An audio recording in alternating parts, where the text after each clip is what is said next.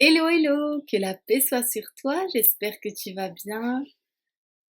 Aujourd'hui, je vais te faire une petite vidéo sur le savoir-vivre. J'avais déjà fait une première vidéo dessus.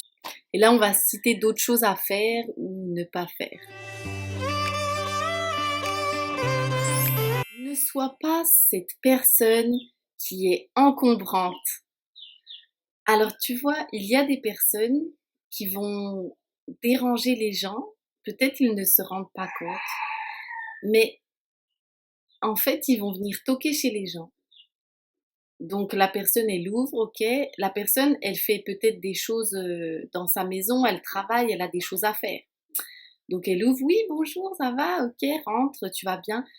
Donc elle essaie de discuter, mais cette personne qui est venue toquer chez toi, en fait, elle ne parle pas. Elle n'est pas venue dans un but précis. Elle est, je sais pas, elle est venue comme ça. Et le problème, c'est que une fois comme ça, bah voilà, t'essaies de discuter. Après, bon, bah au revoir. Mais quand ça devient récurrent, que la personne commence à venir régulièrement, mais que à chaque fois ça se passe de la même manière, c'est-à-dire qu'elle ne dit rien, qu'elle n'a pas trop de discussion, on ne sait pas trop pourquoi elle est là, bah en fait c'est malaisant. Parce que toi, tu es là, chez toi, en train de faire tes choses, tu as des choses à faire, tu as un planning bien précis à respecter, tu es très active, et puis il y a quelqu'un qui vient et qui te bloque en fait. Et en plus, le pire, c'est que tu ne sais même pas pourquoi.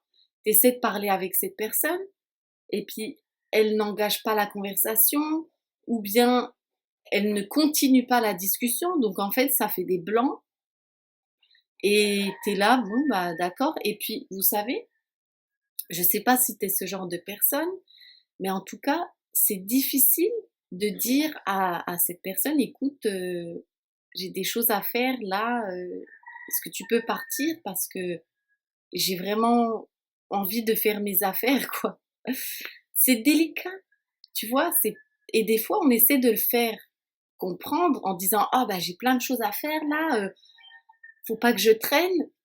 Ça veut dire en gros tu vas devoir partir, mais il y a des personnes, elles se rendent pas compte qu'elles dérangent et même ce genre de message, elles ne le comprennent pas et du coup elles restent là et c'est compliqué de faire comprendre que non là il faut partir.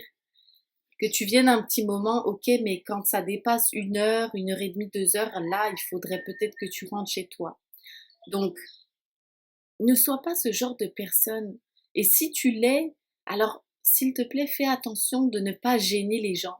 Parce que le problème, c'est qu'après, quand les gens t'ouvraient avec bon cœur, eh bien, à force que tu fasses ça, les gens, ils vont voir que c'est toi et ils vont plus t'ouvrir la porte. Ah non, ah non, c'est un tel. Ah non, non, non, c'est bon, on va rester 2 heures à la maison, j'ai plein de choses à faire là. En plus, elle parle pas. Non. Et du coup, il répond même pas. Tu vas appeler au téléphone. Ah non, je réponds pas. Tu vois, c'est dommage d'en venir là. Alors, si tu veux aller voir des gens, bah vas-y. Mais au moins, quand tu vas, bah déjà, sinon, apporte quelque chose. Comme ça, on est content de te voir. Et puis, surtout, apporte une discussion, que tu aies quelque chose à dire. Tu vois, qui puisse enrichir, qui puisse aider à édifier la personne, la discussion, mais pas juste rester comme ça et ne rien dire parce que on a des choses à faire. On doit être actif dans la vie. Tu peux pas rester là à déranger les gens. Le deuxième comportement aussi qui est pas super bien, c'est de demander trop souvent de l'aide aux autres. Alors, demander de l'aide, c'est très bien. Mais je veux dire qu'il y a des personnes, en fait, qui sont trop à l'aise avec ça et qui vont trop facilement demander de l'aide pour tout. Et la personne va te demander de l'aide, tu vas lui dire oui 1 fois, 2 fois, 3 fois.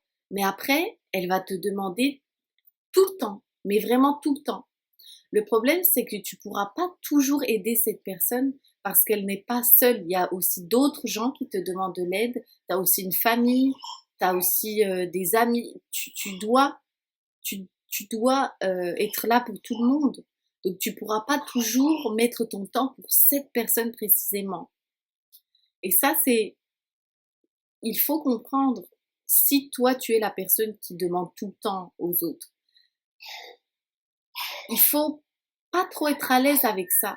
Tu vois, quand tu vas demander aux autres, il faut toujours avoir une petite réticence, une petite gêne, mais il faut pas commencer à être encombrant. C'est un peu comme ce qu'on a dit précédemment. Par exemple, ah, j'ai pas de voiture. Tu peux m'emmener ici, s'il te plaît? Ah bah oui, j'y passe. Bah je passe te prendre. Ok. Et puis une fois, deux fois, puis après ça devient, ça y est, tous les lundis, je suis obligée de passer la prendre pour l'emmener. Alors que peut-être toi, tu as prévu de changer ta trajectoire, mais en fait, pour la personne, c'est déjà carré, c'est sûr, elle monte avec toi. Alors que non, tu peux pas être encombrant comme ça et venir dans la vie des gens comme ça et t'imposer. C'est pareil, tu vas demander quelque chose à quelqu'un. Ah, tu peux me prêter ça? Ouais, ouais, pas de souci, avec plaisir. Mais à force, il y a des gens, c'est vrai, hein, il y a des gens, ils vont venir te demander ça, mais tout le temps, tous les jours, toutes les semaines. Tu peux me prêter ça, s'il te plaît? Oui, oui, mais au bout d'un moment, tu te dis, mais attends, peut-être qu'il faudrait que ce coup-ci, tu ailles acheter cette chose pour éviter de demander tout le temps aux autres. Tu dois te débrouiller. Acheter cette chose pour te débrouiller tout seul. Demander à quelqu'un des services de temps en temps, oui, il n'y a pas de mal. On doit s'entraider, c'est normal. Mais il ne faut pas exagérer. Au bout d'un moment, j'arrive pas à comprendre comment il y a des personnes qui ne se sentent pas gênées de demander des choses aux gens à répétition. Et c'est ça le problème, c'est ça où je voulais en venir, le savoir-vivre. C'est que tu dois être gêné, tu dois avoir de la retenue pour ne pas déranger les autres. Tu as le droit de demander un service, quelque chose, mais n'abuse pas, ok?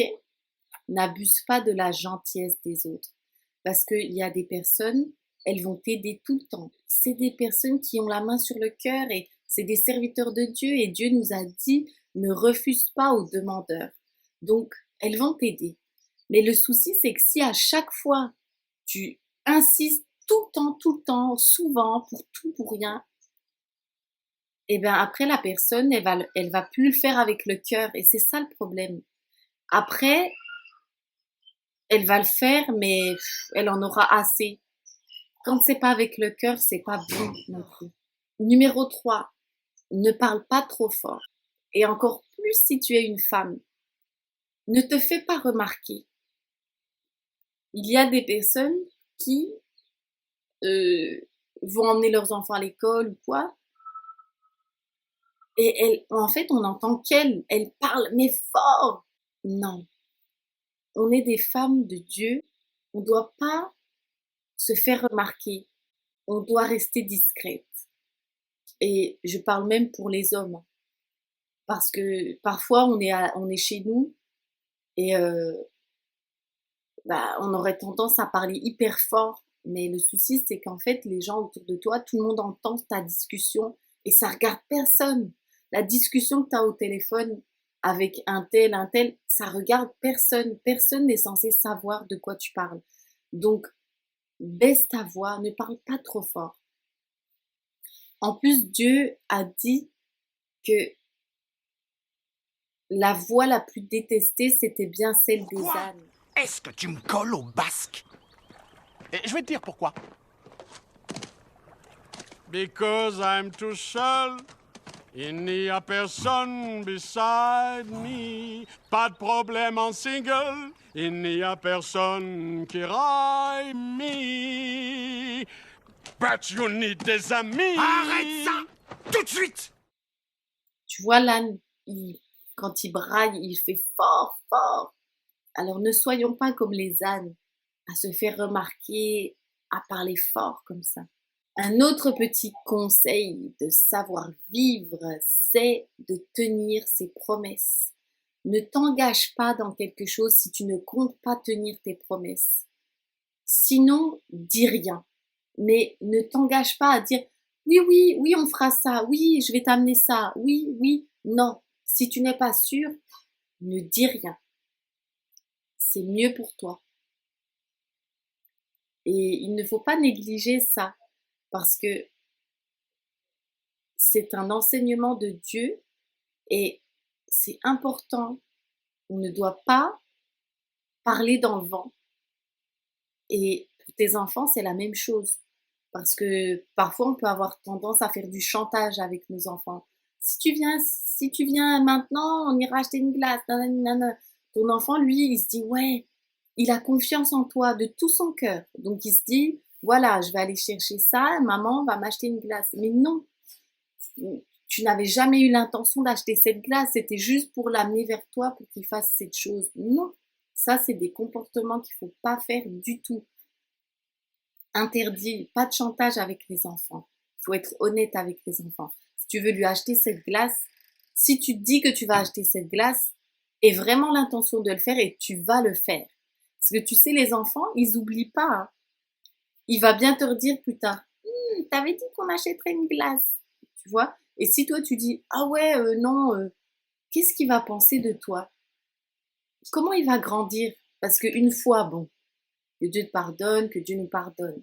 Mais à répétition, pendant son enfance, il ne pourra même pas avoir confiance en toi parce que maman, papa, il ne tient pas sa parole. À chaque fois, il me dit ça et en fait, il n'y a rien derrière. Donc ça, c'est quelque chose de très important à revoir. Si tu ne sais pas, si tu ne penses pas aller au bout de ton engagement, ne dis rien. Bon, voilà, écoute. Pour le moment, j'avais pensé à ces petites idées-là de savoir vivre. Donc, si toi, tu as des idées qui peuvent aider tout le monde, parce que tu sais, c'est des comportements des fois qu'on a que on ne se rend pas compte. Eh bien, n'hésite pas à l'écrire en commentaire.